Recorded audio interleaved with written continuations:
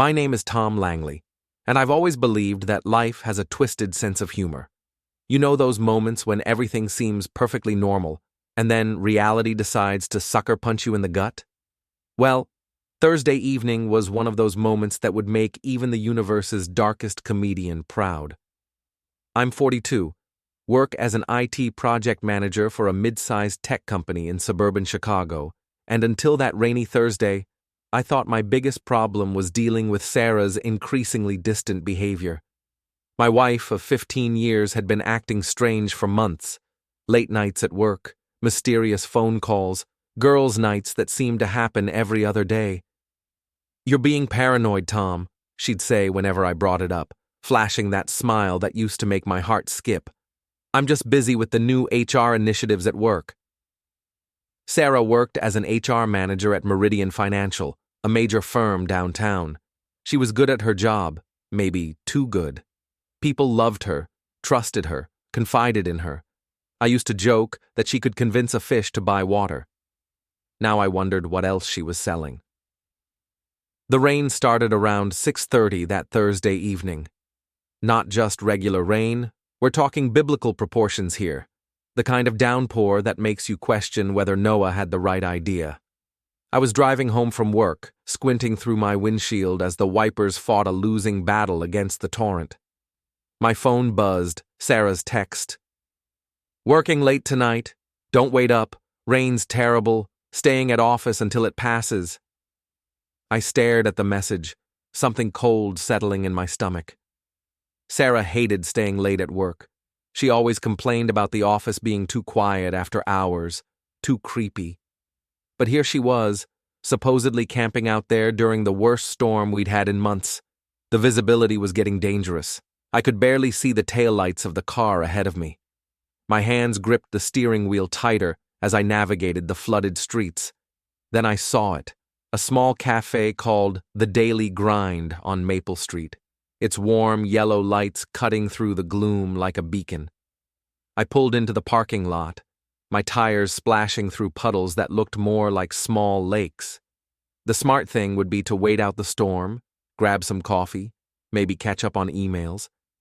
I had no idea that walking into that cafe would be like stepping into a different life entirely. The bell above the door chimed as I entered, shaking rainwater from my jacket. The place was cozy, exposed brick walls, mismatched furniture, the kind of local spot that survived on atmosphere rather than corporate polish. The smell of fresh coffee and something sweet, maybe cinnamon rolls, filled the air. There were maybe a dozen people scattered around the cafe, most of them looking as rain-soaked and weary as I felt. I approached the counter, where a young barista with purple hair and multiple piercings smiled at me. "Rough night to be out driving," she said sympathetically. "Tell me about it. Just a large black coffee, please." As she prepared my order, I turned to scan the room for an empty table. That's when my world tilted sideways. In a corner booth, partially hidden by a decorative pillar, sat my wife. But she wasn't alone, and she definitely wasn't at the office. Sarah was sitting on another man's lap, her arms draped around his neck, laughing at something he'd whispered in her ear. Her fingers were playing with his hair in a gesture so intimate, so familiar, that it made my chest tight. The man's arms were wrapped around her waist, holding her close. Even from behind, I recognized him, David Kennedy, one of Sarah's co-workers. She'd mentioned him before, always in passing, always casually. "David thinks we should restructure the training program." David suggested a new approach to employee reviews. Never once had she mentioned that David was apparently also restructuring her marriage. I stood frozen, coffee cup halfway to my lips, watching my 15-year marriage crumble in real time. They looked so comfortable together, so natural. This wasn't some sudden moment of weakness or a first-time mistake. This had the easy intimacy of something that had been going on for a while. My phone felt heavy in my pocket. All those late nights, all those mysterious calls, all those times she'd come home smelling like cologne that wasn't mine. The pieces clicked together with brutal clarity. Sarah turned her head, still laughing, and her eyes met mine across the cafe. The color drained from her face so fast I thought she might faint. Her body went rigid, and she scrambled off David's lap so quickly she nearly knocked over their coffee cups. David, confused by her sudden movement, looked concerned. "What's wrong, honey?" he asked, his voice carrying just enough for me to hear. He started to turn around to see what had spooked her. But before he could complete the turn, I pulled out my phone and took a clear, well-lit photograph. The camera flash lit up their corner of the cafe like a spotlight. "What are you doing?" Sarah's voice was barely a whisper, but in the sudden quiet of the cafe, it might as well have been a shout. "Documenting your affair," I said calmly, taking another photo as David finally turned around and saw me. Recognition dawned on his face slowly, like watching a car crash in slow motion. David Kennedy was 39, married, and apparently had been getting very comfortable with my wife during those late work sessions. He was the kind of guy who probably spent more on protein powder than I did on groceries, all muscles and confidence until reality came knocking. You're her husband," David stammered, his face going pale. "Yes, I am, and you are?" "This isn't what it looks like," David said, standing up quickly and nearly tripping over the booth's bench. "Really? Because it looks like my wife was sitting on your lap in a cozy cafe while she told me she was working late at the office." Sarah was crying now, mascara running down her cheeks. "Tom, please, let me explain." "Explain what, exactly? That you've been lying to me for months? That while I've been worried about our marriage, you've been playing house with David here?" The other cafe patrons had stopped their conversations and were openly staring now. The purple-haired barista looked like she was watching the most interesting reality show ever filmed. David tried to move toward the exit, but I stepped sideways, blocking his path. "Not so fast, David, we're just getting started." I pulled out my phone again and scrolled through my contacts. "Who are you calling?" Sarah asked, panic creeping into her voice. "Your boss." "No, Tom, please don't." The phone rang twice before a crisp, professional voice answered. "Jennifer Morrison." "Hi, Jennifer. This is Tom Langley, Sarah's husband. I'm calling about employee conduct issues." There was a pause. "I'm sorry, who is this?" "Tom Langley. I'm currently at the Daily Grind Café on Maple Street, where I've just discovered my wife Sarah and her co-worker David Kennedy having what appears to be a very intimate relationship. I have photographs." The silence on the other end was deafening. Then, "I'll need to see evidence before—" I was already typing, sending the photos to Jennifer's email address that I remembered from Sarah's work contacts. "Just sent them to your email." I heard the ping of an incoming message, followed by a sharp intake of breath. "Oh my God. This violates our workplace relationship policy. I'll need to discuss this with HR immediately." "I thought Sarah was HR. She reports to me. This is completely unacceptable. Thank you for bringing this to my attention." The line went dead. Sarah had collapsed back into the booth, her face buried in her hands. "You just cost me my job." "No, Sarah, you cost yourself your job. And your marriage." David was looking increasingly panicked. "Look, man, we can work this out." "Can we? Because I'm thinking I should probably call your wife too. Linda, right? Doesn't she work at Meridian as well?" David's face went white. "Please don't do that." But I was already pulling up Linda Kennedy's contact information.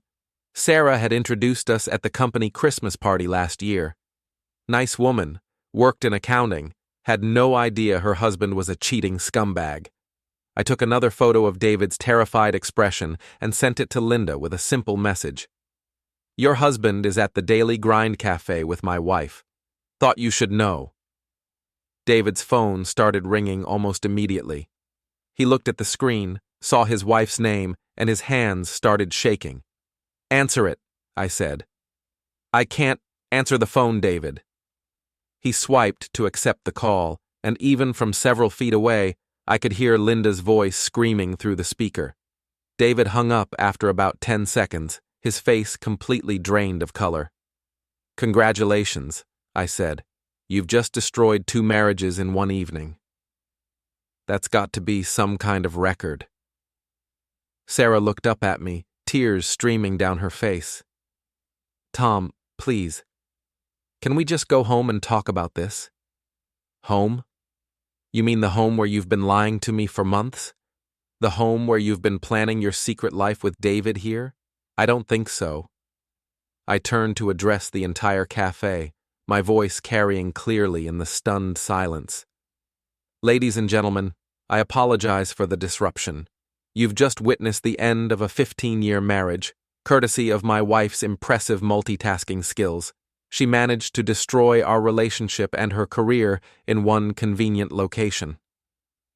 The rain was still pounding against the windows, but the storm inside the cafe was just getting started. I drove home through the rain, my hands steady on the wheel despite the chaos in my head. The storm was finally starting to ease up, but I knew the real storm was just beginning. My phone had been buzzing constantly during the drive, Sarah calling, texting, probably trying to figure out damage control. I ignored every single notification. There would be time for her explanations later, but right now, I needed to think clearly. The first thing I did when I got home was change the locks.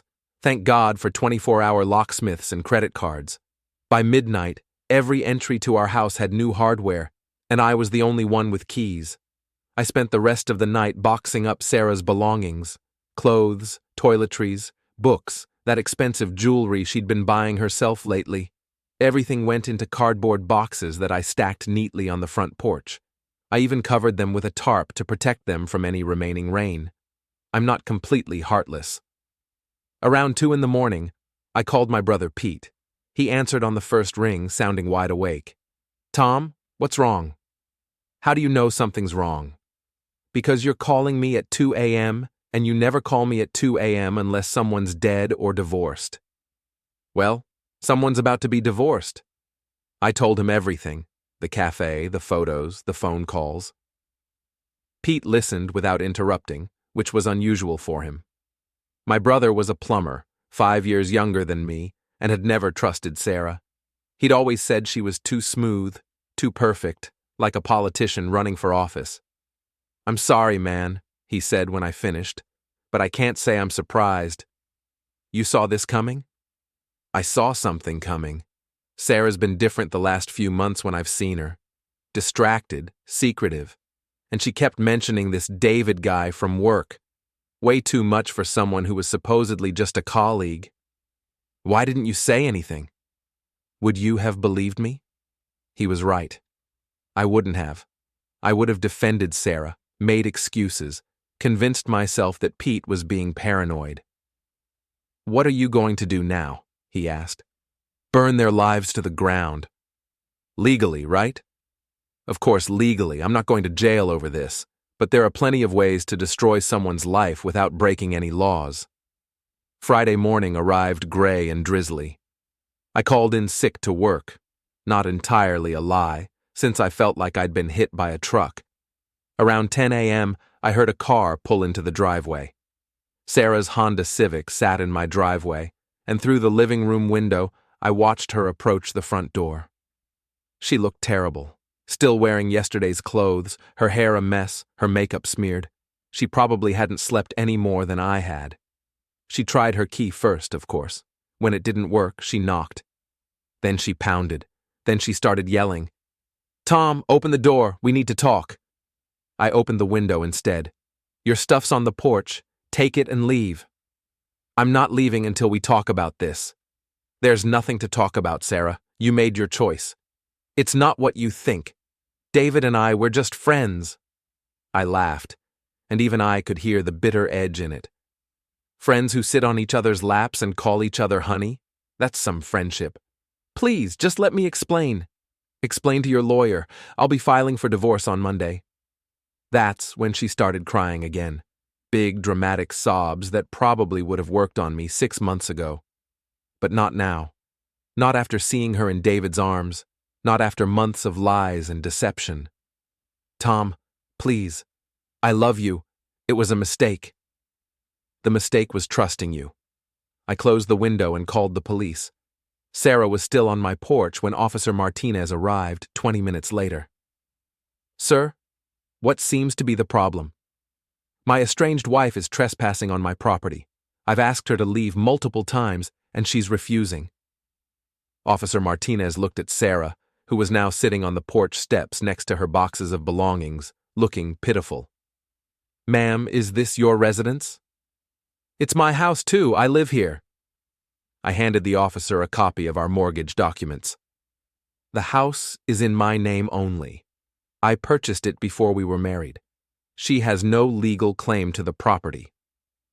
Officer Martinez studied the paperwork, then looked back at Sarah. Ma'am, you're going to need to leave the premises. If you don't, I'll have to arrest you for trespassing. Sarah stared at me with a mixture of disbelief and rage. You're really going to have me arrested? You're really going to keep trespassing after I've asked you to leave? She gathered her boxes with as much dignity as she could muster, loading them into her car while Officer Martinez watched. Before she drove away, she rolled down her window. This isn't over, Tom. You're right, I said. It's just getting started. By Friday afternoon, the gossip network had kicked into high gear. Sarah's friend Julie called me around 3 o'clock, her voice dripping with fake concern. Tom, honey, I heard about what happened. Sarah is devastated. Julie was one of those women who collected drama, like some people collected stamps. She'd been Sarah's best friend since college, and I'd never liked her. She had a way of stirring up trouble and then standing back to watch the chaos unfold. I'm sure she is, I said dryly. She says it's all a misunderstanding, that you caught them at a bad moment, but nothing was really happening. Julie, I have photos of your best friend sitting on another man's lap. Unless she was giving him some kind of therapeutic massage, something was definitely happening. People make mistakes, Tom. Sarah loves you. Can't you find it in your heart to forgive her? Can you find it in your heart to stop making excuses for a cheater? There was a long pause. Then Julie's voice turned cold. You're making a huge mistake. Sarah is the best thing that ever happened to you. She was the best thing that ever happened to me. Now she's just another cheating ex-wife. I hung up and immediately posted the Café photos to a local community Facebook group that Sarah and most of our mutual friends belonged to. The caption was simple.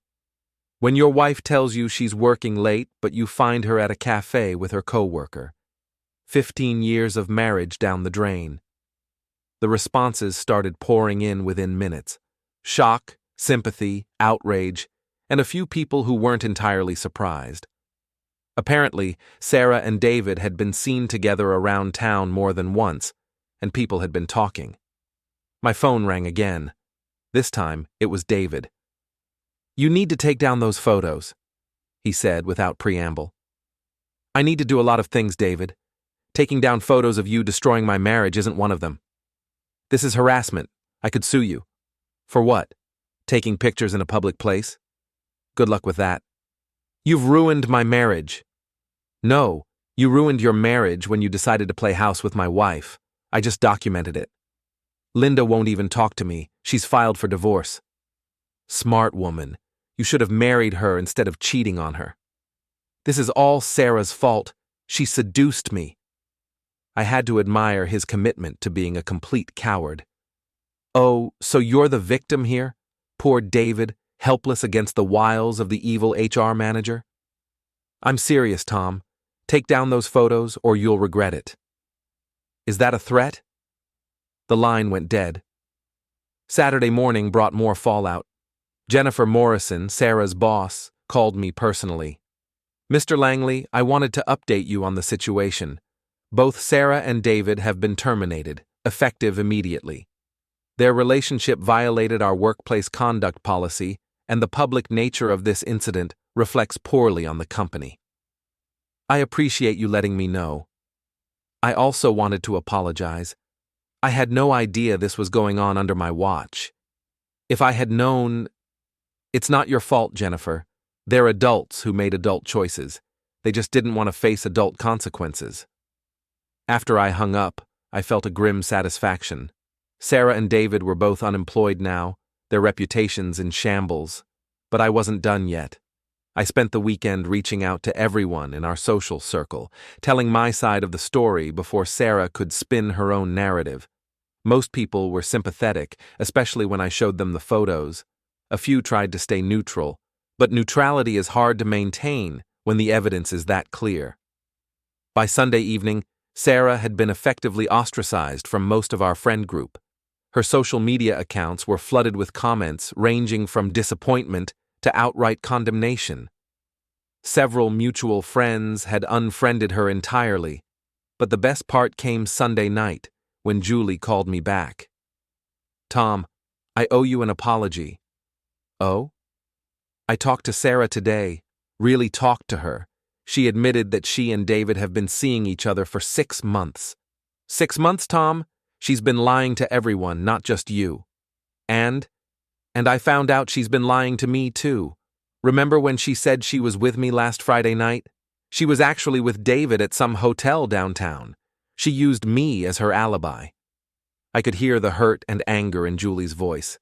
Sarah had made the classic cheater's mistake. She'd involved her friends in her deception, and now they felt betrayed too. "I'm sorry she dragged you into this, Julie. I'm the one who should be sorry. I defended her without knowing the whole story. What she did to you, it's unforgivable." "Yes, it is. Is there anything I can do to help?" I smiled. "Actually, there is." Monday morning, I met with Rita Gonzalez, the best divorce attorney in the city. Rita was in her 50s, sharp as a razor, and had a reputation for leaving opposing counsel in smoking ruins. "This should be straightforward," she said, reviewing the photos and documentation I'd brought. "Adultery, evidence of deception, and given that the house is in your name only, we should be able to protect most of your assets." "What about alimony?" "In Illinois, adultery can be grounds for denying alimony, especially with evidence this clear.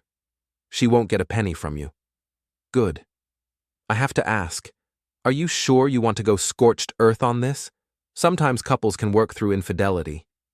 "Rita, I watched my wife sit on another man's lap while she told me she was working late.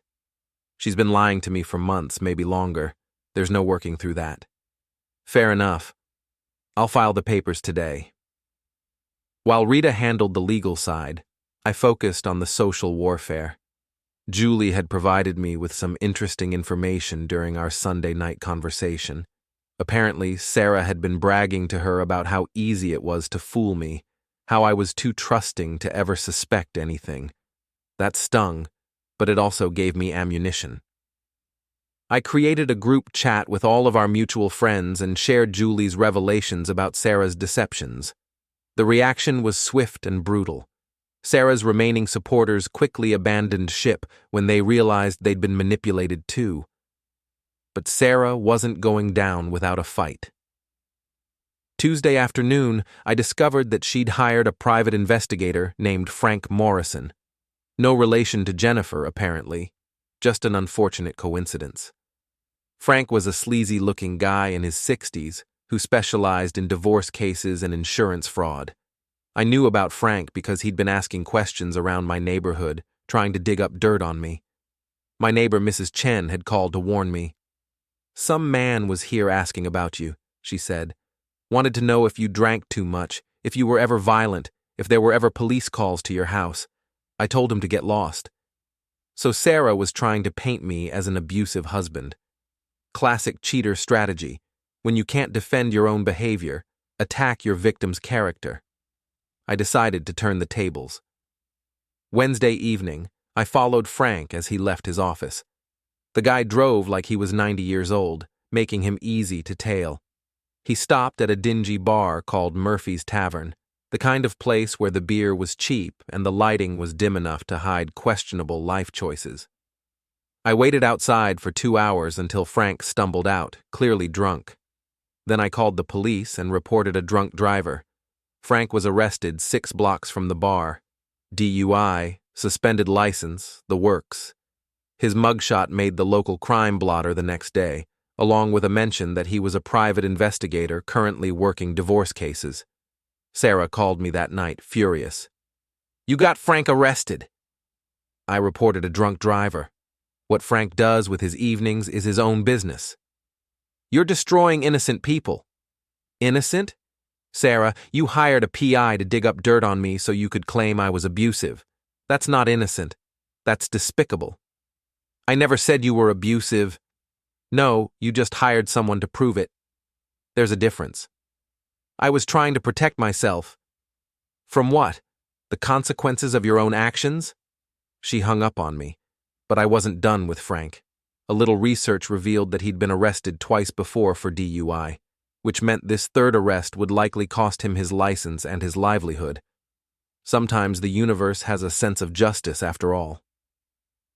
The next phase of Sarah's counterattack came from an unexpected direction, my own friend group, or rather, the people I'd thought were my friends.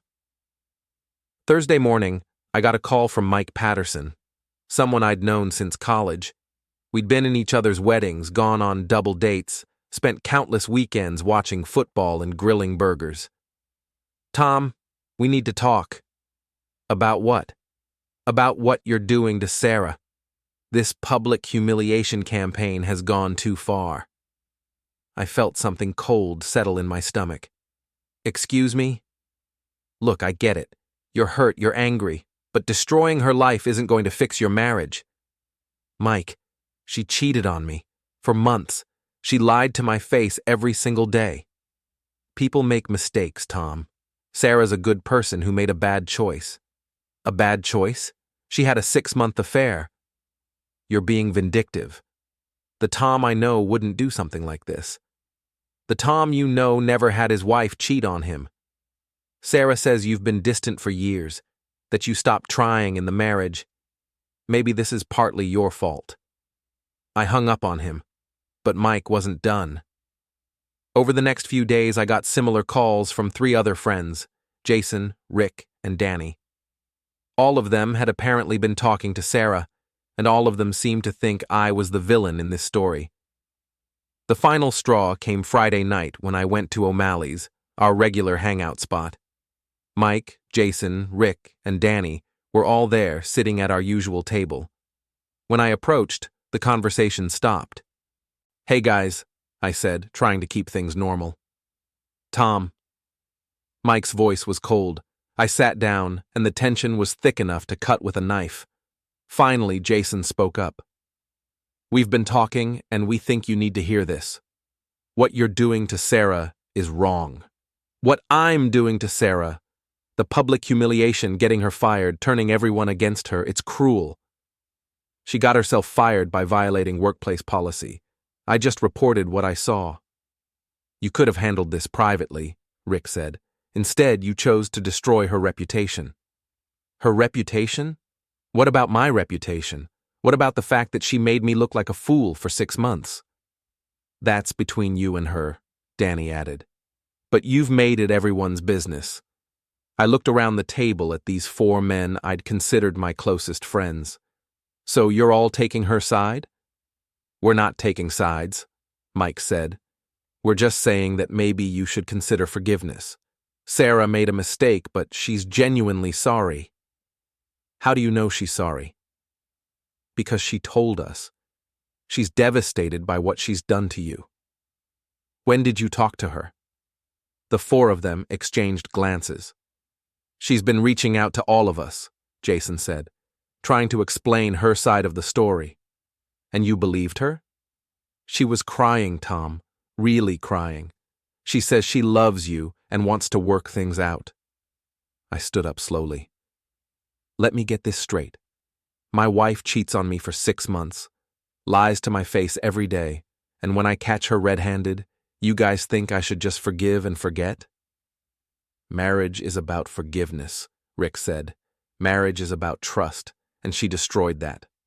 "People can rebuild trust," Danny said. "Not with me, they can't." I turned to leave, but Mike called after me. "Tom, if you keep going down this path, you're going to lose more than just Sarah. You're going to lose all of us too." I stopped and turned back. You know what, Mike? If you're willing to side with a cheater over a friend who's been betrayed, then maybe I don't want friends like you anyway. That's not fair. Fair? You want to talk about fair? Fair would be my wife not sitting on another man's lap while telling me she's working late. Fair would be my friends supporting me instead of making excuses for someone who destroyed my marriage. I walked out of O'Malley's and never looked back. Losing my friends hurt more than I'd expected. These were guys I'd known for decades, people I'd trusted with my deepest secrets and biggest fears. But their betrayal also clarified something for me. I was completely alone in this fight, which meant I had nothing left to lose. Saturday morning, I did something I'd been considering for weeks. I created a detailed blog post on Medium titled, "How My Wife's 6-Month Affair Destroyed Our Marriage and My Faith in People." The post was long, detailed, and included everything: the timeline of Sarah's lies, the Café discovery, the workplace affair, the attempts to frame me as abusive, and the friends who'd chosen to support the cheater over the victim. I included all the photos, all the evidence, and a complete breakdown of how Sarah had manipulated everyone around her. I didn't use last names, but anyone who knew us would recognize the story. I shared it on every social media platform I belonged to, sent it to local community groups, and even submitted it to a few relationship advice websites. The response was overwhelming.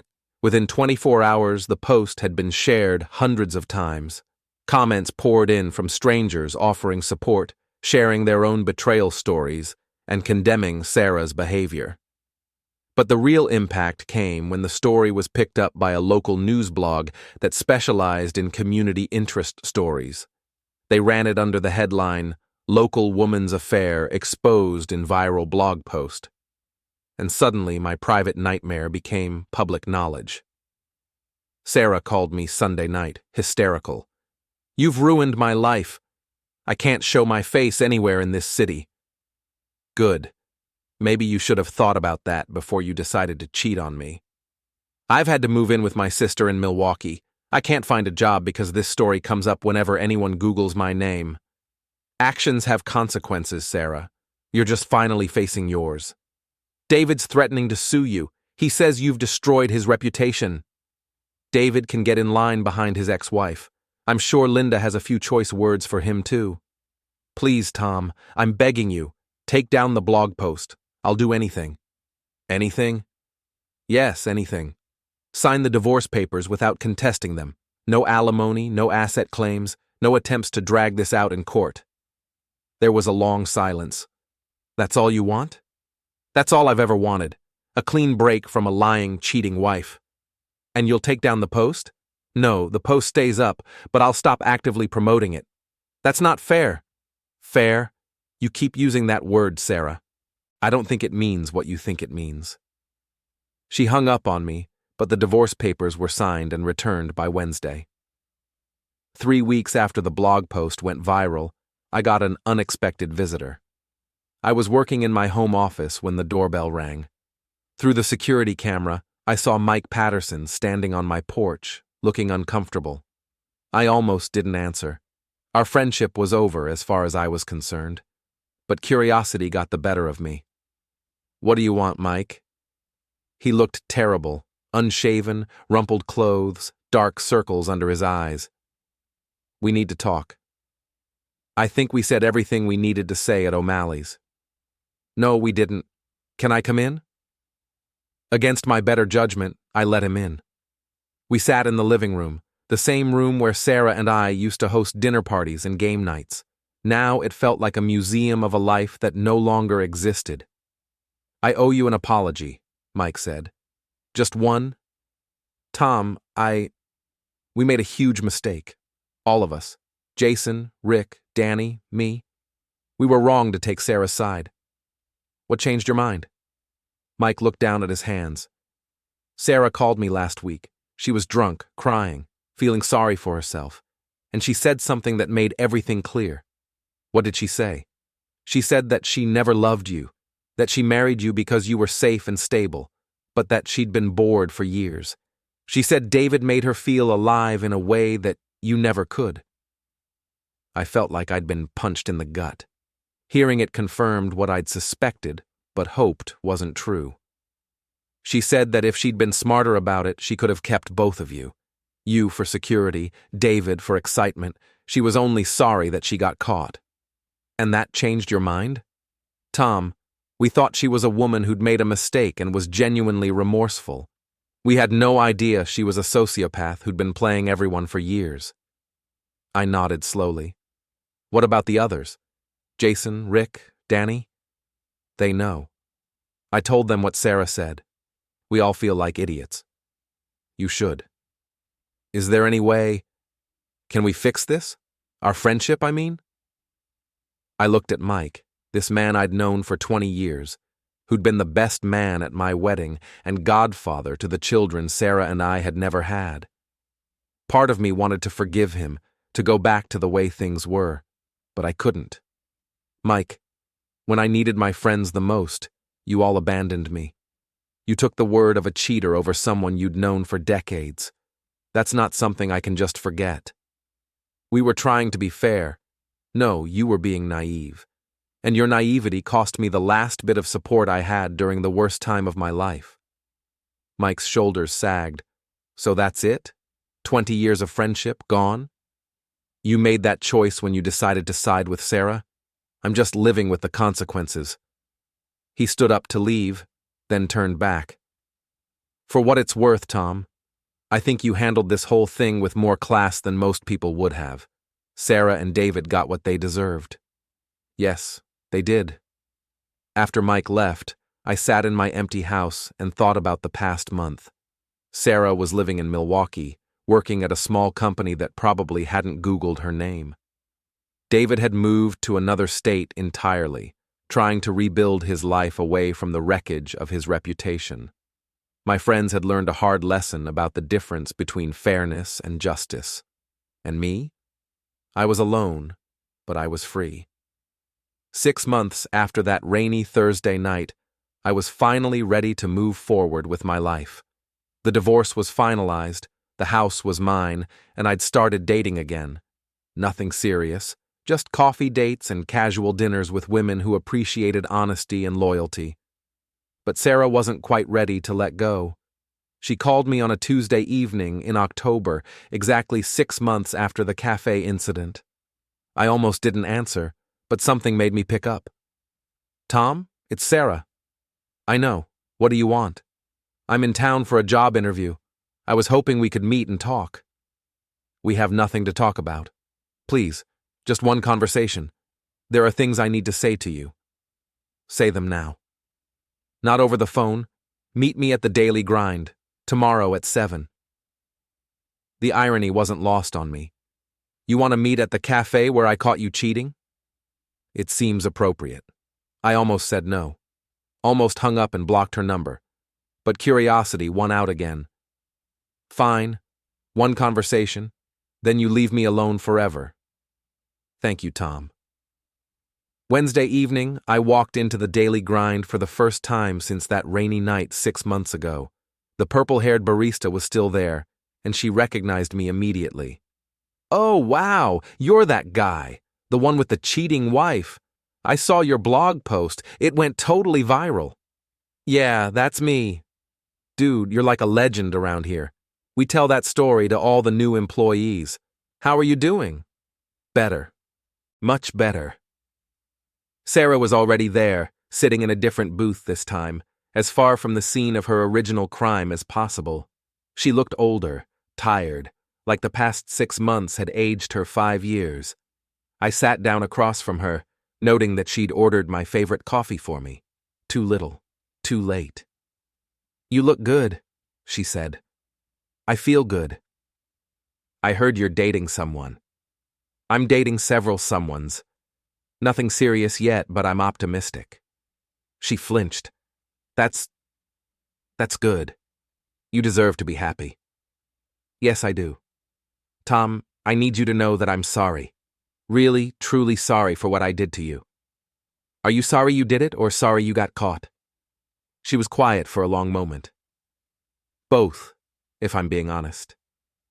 At least you're being honest about something. I know you'll never forgive me, and I don't blame you. But I need you to understand that what I did wasn't about you. You're a good man, a good husband. I was the problem. I know that. Do you? Because I worry that what I did will make you unable to trust anyone again. It's made me more careful about who I trust. But that's not necessarily a bad thing. She nodded. How's David? Why would I know how David is? I thought maybe you'd kept tabs on him. Sarah, once you were both out of my life, I stopped caring what happened to either of you. David could be living in a van down by the river for all I know or care. He's not doing well. The divorce destroyed him financially, and he can't find decent work. His reputation followed him everywhere. Good. Tom? No, Sarah. Don't you dare try to make me feel sorry for him. David knew you were married when he started sleeping with you. He made his choice, just like you did. I know. I feel guilty about what happened to him. You should feel guilty. You should feel guilty about what happened to me, what happened to him, what happened to his ex-wife, what happened to our friends who got caught in the middle. You destroyed a lot of lives with your selfishness. Tears started running down her cheeks. I know. I live with that guilt every day. Good. Maybe it'll keep you from doing it to someone else. We sat in silence for a few minutes. Finally, Sarah spoke again. Is there any chance, any possibility that someday you might be able to forgive me? I looked at her across the table. This woman I'd loved for 15 years, this stranger who'd betrayed everything we'd built together. Sarah, forgiveness isn't something you get to ask for. It's something the injured party gives when they're ready, if they're ever ready. And I'm not ready. I may never be ready. I understand. Do you? Because you keep asking for things you don't deserve. Forgiveness, understanding, sympathy for your boyfriend. You don't get to destroy someone's life and then expect them to make you feel better about it.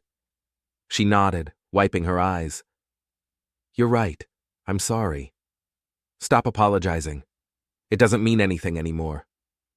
I stood up to leave, then turned back. Sarah, I want you to understand something. What happened between us, what you did to our marriage, that's on you. But what happened to you afterward, the public humiliation, losing your job, losing your friends, that's on you too. I didn't destroy your life. I just made sure everyone knew who really destroyed it. I know. And if you ever try to contact me again, if you ever try to interfere in my life or my relationships, I'll make what I did 6 months ago look like a gentle warning.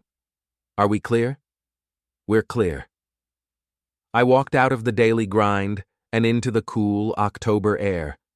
My phone buzzed with a text from a woman named Kelly, someone I'd been seeing for a few weeks. She wanted to know if I was free for dinner Friday night. I texted back, absolutely, looking forward to it. For the first time in months, I realized I was telling the truth. I was looking forward to it. I was looking forward to a lot of things.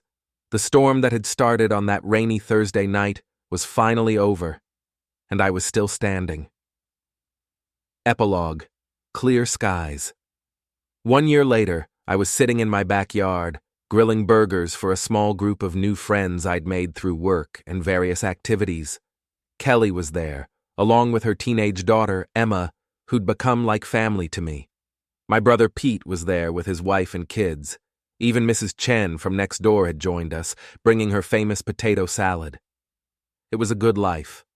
Different from what I'd planned, but good. My phone buzzed with a notification from the blog platform where I'd posted my story. Someone had left a comment on the post, which still got regular traffic from people dealing with their own betrayals. The comment was from someone named Starting Over 47. Thank you for sharing your story.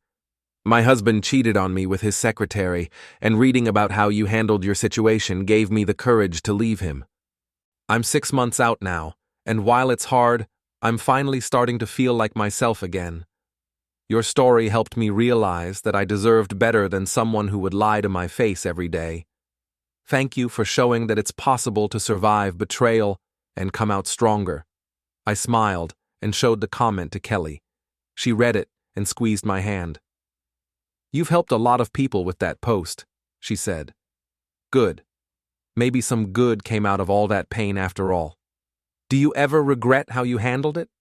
The public exposure, the social media campaign?" I thought about it for a moment. No. Sarah and David made the choice to betray their spouses publicly. They just thought they wouldn't get caught. I simply made sure their choices had appropriate consequences. What about your old friends? What about them?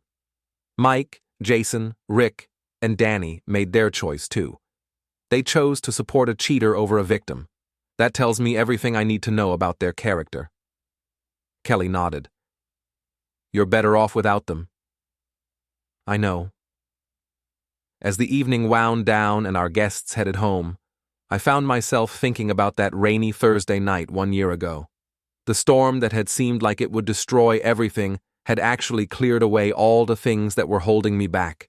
A dishonest wife, false friends, and illusions about loyalty and trust. The rain had washed it all away, leaving me free to build something better. Kelly helped me clean up the dishes, Emma curled up on the couch with a book, and I realized that this honest, simple, genuine life was worth more than all the years I'd spent with someone who was lying to me. My phone rang. Unknown number. I almost didn't answer, but something made me pick up. "Tom, it's David." I hadn't heard his voice in over a year. "What do you want, David?" I wanted to apologize. For everything. For the affair, for what we put you through, for the way we handled everything afterward. Okay. That's it? Just okay? What did you expect, David? Forgiveness? Absolution? You destroyed my marriage and your own. You betrayed your wife and helped my wife betray me. An apology doesn't fix that. I know. I've been going to therapy, trying to understand why I did what I did. And I realized I never actually apologized to you directly. Well, now you have. Anything else? Sarah and we're not together anymore. Haven't been for months. Turns out that when a relationship is built on betrayal and lies, it doesn't last very long. Shocking. I know you hate me, and you have every right to, but I want you to know that I regret everything that happened. David, I don't hate you. Hate requires emotional investment, and I don't have any emotions invested in you anymore. You're just a guy who made some bad choices and had to live with the consequences. That's somehow worse than hate. Yes, it is. I hung up and turned off my phone. Kelly looked at me questioningly. David Kennedy. Apparently he and Sarah broke up and he wanted to apologize. How do you feel about that? Nothing. I feel absolutely nothing about that. And I realized that was true. The anger, the hurt, the desire for revenge, it was all gone. Sarah and David had become irrelevant to my life, footnotes in a story that had ended and been replaced by something much better. I looked around my house, at the woman who loved me honestly, at the life I'd built from the wreckage of my marriage, and I smiled. The storm was over, the skies were clear, and I was exactly where I was supposed to be.